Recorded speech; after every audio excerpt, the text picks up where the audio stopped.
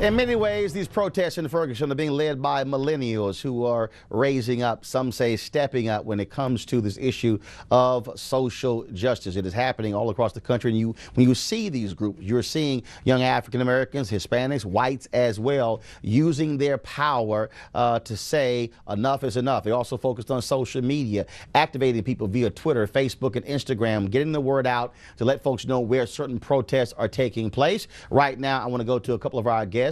We have freelance journalist and photographer Bradley Rayford. He is from Ferguson, Skyping in from Ferguson, Missouri, and Johnettte Elzie from NON-INDICTMENTS.com. I want to thank both of you for being with us, plus our panel is still here. And I want to ask both of you something, and is interesting. So yesterday, actually, I'm going to ask you this here. So I just got this tweet here from a woman, and she said, was in Atlanta, and the groups don't want help from the established civil rights organizations. And I've seen this as well, and I see this friction going on, and well, we don't want to hear from elders, let the young folks drive this whole deal. But then you have folks who, well, I also believe that you have organizations that actually have infrastructure. Let's talk about this. How do we get folks to recognize that if we're both on talking about the same issues, we're working together, maybe not, you know, together in terms of side by side, but operating in your lane, other groups in their lane, but we're all going down the same path. Johnettte, I want to start with you first. So on August 9th, we didn't need an organization to come out and tell us to go outside and protest. Right. Young people just went out into the streets. Young people, old people, children, mothers, grandmothers, everyone. And for 110 days, we've sustained our own movement by ourselves with the help of our community. But for the most part, this is a youth-led movement. I think established organizations like the NAACP or Al Sharpton's network, they've been here a few times, but the youth in the streets have not seen them. Therefore, they do not respect them. Some don't even know what they do.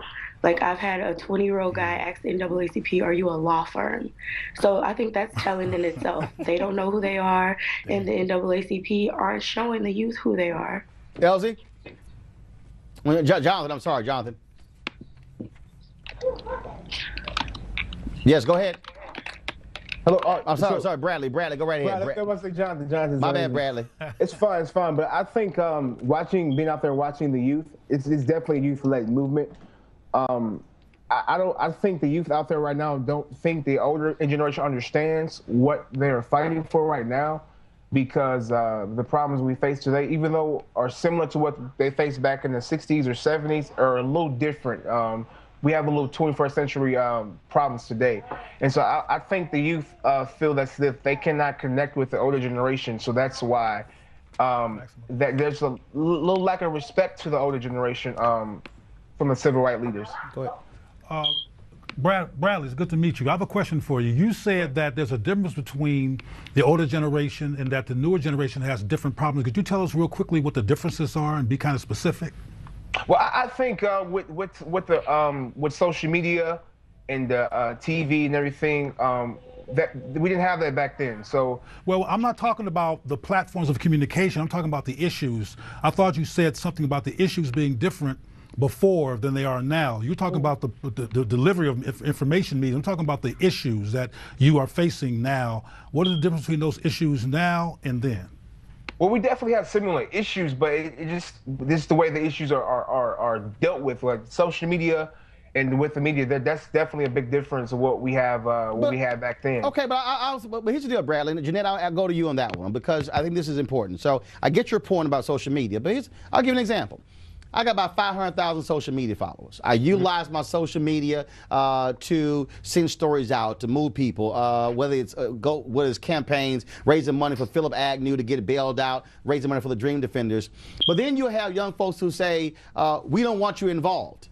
And I'm sort of advising folks saying, you don't want to push folks away who could actually be helpful to you by simply saying, well, you're 46 and you don't get it. And so what I'm trying to get to is, how do we bridge that gap when you have people who are older, who have advice, who have counsel, who have resources, where we can actually working on the same page as opposed to say, hey, I don't want any help? I think it's all about how you present it, because there are organizations who have been established, who are here, who've come in and try to quote unquote take over, speak for the people, and again, the people have not seen or heard from them. We've even had a national organization come in and say they're talking to the police on behalf of protesters, and protesters haven't seen them. So how can you represent people? No one has seen you. Well, what national organization said that? NAACP. Oh, well, and look, and I certainly agree with you, and we talked about it in the panel as well, because that's a fundamental problem when folks want to come in and usurp. But here's the reality. The exact same thing happened during the Black Freedom Movement, where SNCC was doing work, and NAACP or Urban League would try to come in and Bigfoot. That's one of the things that happens there. But Bradley, as well, in terms of being able to connect, do you believe there has to be bridge building there that's generational? Because we're both dealing with it, because guess what? You got moms and grandmothers and grandfathers and fathers who are losing kids. Don't get me wrong, I definitely believe that we should be able to communicate with each other. Generational, the gap should be bridged. I think like Johnettte said, the problem is we have the youth. They already are on edge. So when you have someone come in and they're trying to step up, the youth are trying to step up to the plate, and have someone trying to step in and take over, that's kind of a clash right there. So I think in order for us to bridge the gap, we have to be able to work with each other, understand that we both have things to bring to the table, and we both can contribute to problem solving, and not one is not better than the other. That's the problem now that we have now. Unfortunately, I'm out of time, but one of the things that we're going to do, we're actually going to probably either next week or the week after, literally have an entire hour focused specifically on this issue, because I think it is critically important moving forward in order for us to have this conversation, because at the end of the day, that's a whole lot of work in a whole lot of cities, and I don't think we need anybody sitting on the sidelines, whether you're young, middle age, or older. We need everybody in the game, and so I certainly appreciate. Thanks for all the work that you do as well, and we'll be talking to you very soon. Thanks a lot. All right, talk to you soon. All right, folks.